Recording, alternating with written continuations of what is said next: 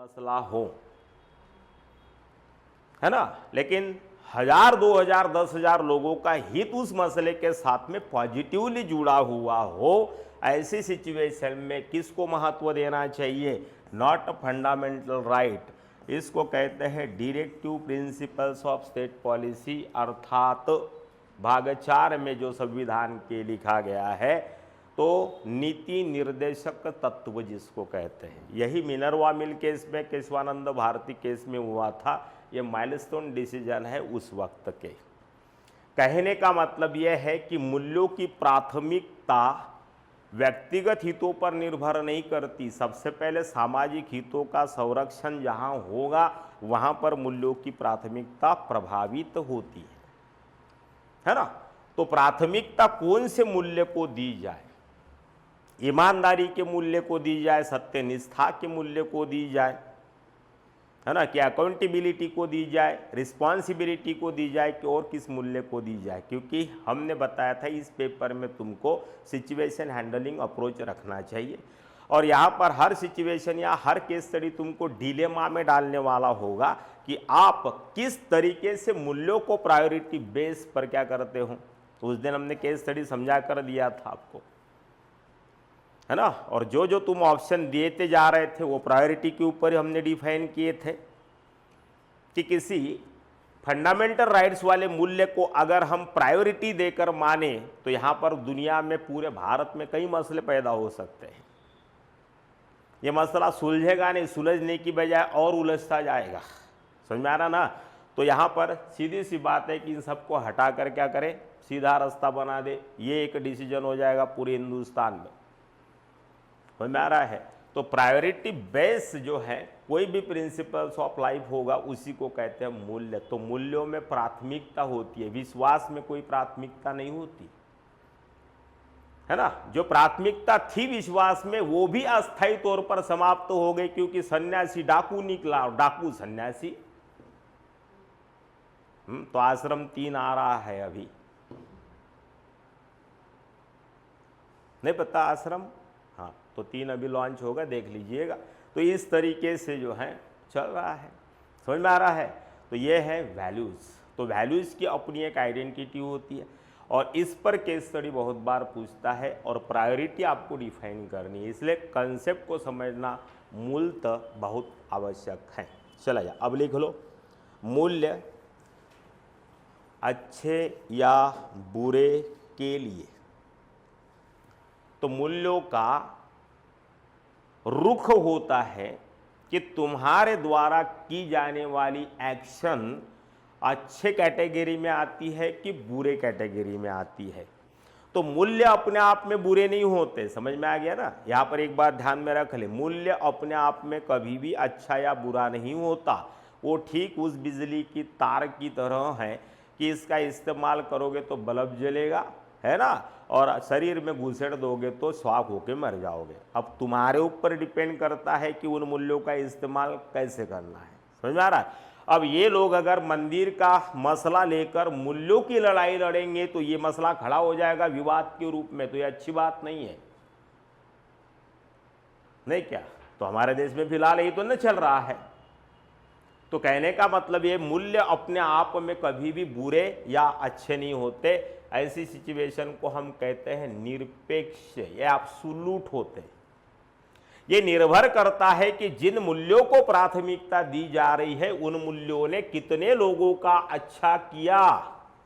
लाखों करोड़ों का किया होगा तो मूल्य में दम है ना, और लाखों करोड़ों का बुरा किया होगा तो मूल्य जो है अवांछनीय है, उसका कोई कीमत सोसाइटी के लिए नहीं होता। विश्वास अच्छा या बुरा नहीं हो सकता, है ना। मान लीजिए रास्ते से आप चले गए और तुमको सपना आया था 2 महीने पहले कि 50 करोड़ रुपए तुमको जो रास्ते में जाते जाते मिल गए, और वो पता नहीं थे वो किसके थे, है ना। अब 2 महीने के बाद में वो सपना जो है तुम्हारा पूरा हो गया। एक दिन आप ऐसे गुजर रहे थे और 5 बैगे जो है नोटों की गड्डियां भरी भरी तुमको दिखाई दी, तुम्ही को दिखाई दी। रास्ते से लाखों लोग गुजर चुके थे। अब इस सिचुएशन में आप क्या करेंगे? है, तो नोटों की गड्डियाँ उठाकर घर ले जाएंगे सर, है ना, कलेक्टर के ऑफिस में जमा कर देंगे सर, पुलिस को खबर कर देंगे, है ना, वहीं पर भोंगा लगा देंगे कि ये किसका पैसा है और जिसका है उसका लौटा देंगे सर, और इनमें से कुछ भी नहीं करेंगे, डर के भाग जाएंगे। क्या करोगे? है, डर के भागा भी तो जा सकता है।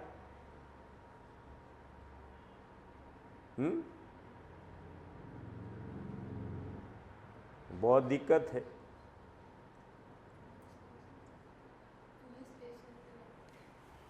ये तो बहुत ही आइडियल उत्तर हुआ। ऐसा कभी होता है?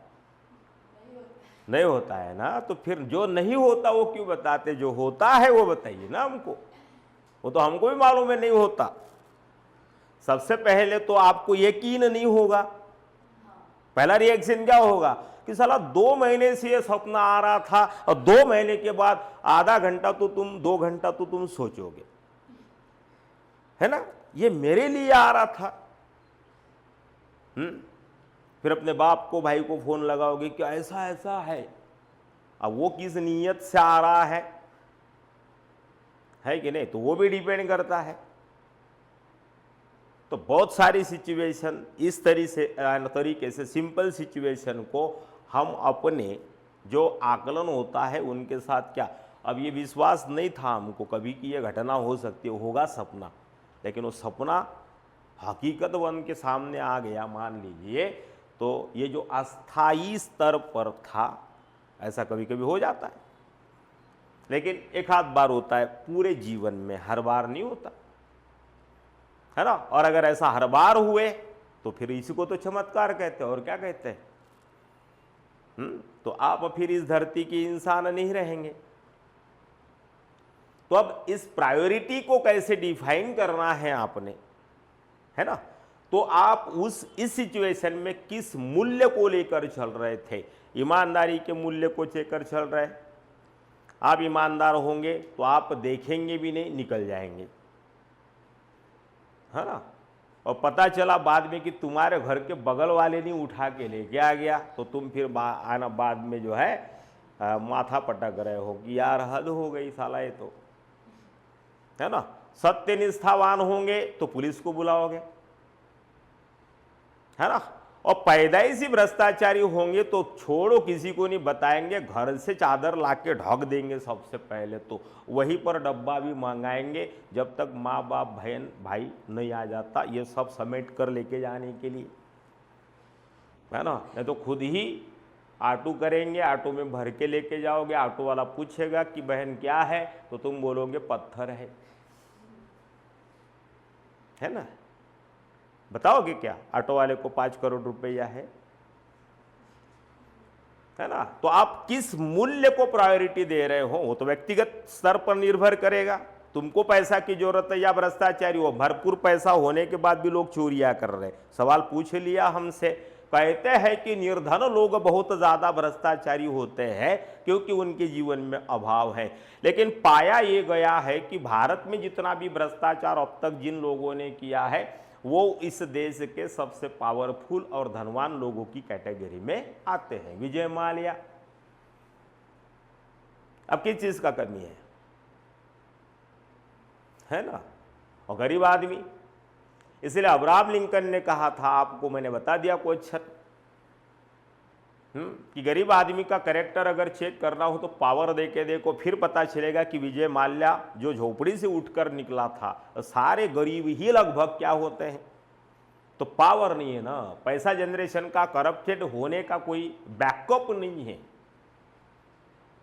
हाँ, जैसे तुम्हारे बैटरी में है ना बैकअप होता है भाई, तो गरीब आदमी के पास कोई ऑप्शन नहीं है। गरीब आदमी का एरिया जो है अपनी फैक्ट्री, अपना काम धंधा, छोटा सा एरिया है। अब मिनिस्टर हो जाओ आप किसी गृह मंत्रालय का, पूरे देश की पुलिस आपके कब्जे में हो, ट्रांसफर है, प्रमोशन है, तड़ीपार है, गुंडा है, बदमाश है, सबसे हफ्ता वसूली करोगे, लाखों रिसोर्सेस तुम्हारे पास होंगे कमाई के, तो पावर है हमारा ना। तो डिपेंड करता है कि पर्टिकुलर व्यक्ति के चरित्र में या व्यक्तित्व में कौन से मूल्य की प्राथमिकता है ना। तो भ्रष्टाचारी तो पैदा इसी सभी होते हैं, है ना, वरना जो करोड़पति है वो अरबोपति क्यों होता या होने की चाह क्यों रखता, है ना। कोई झोपड़पट्टी का आदमी 50,000 करोड़ का घोटाला करता हुआ पकड़ा गया क्या अभी? लेकिन अगर मौका मिले, अभी अभी आपने देखा होगा बंबई का पूरा बैंक लूट लिया गया, और एक पूना में अदना सा 23 साल का लड़का जो है अपने ही बैंक में अपने ही मैनेजर का डुप्लीकेट सही करवा के 24 करोड़ का घोटाला किया, अपनी गर्लफ्रेंड को बैंकॉक सिंगापुर सब घुमा कर लाया, बंबई में 3 फ्लैट भी बुक कर दिया।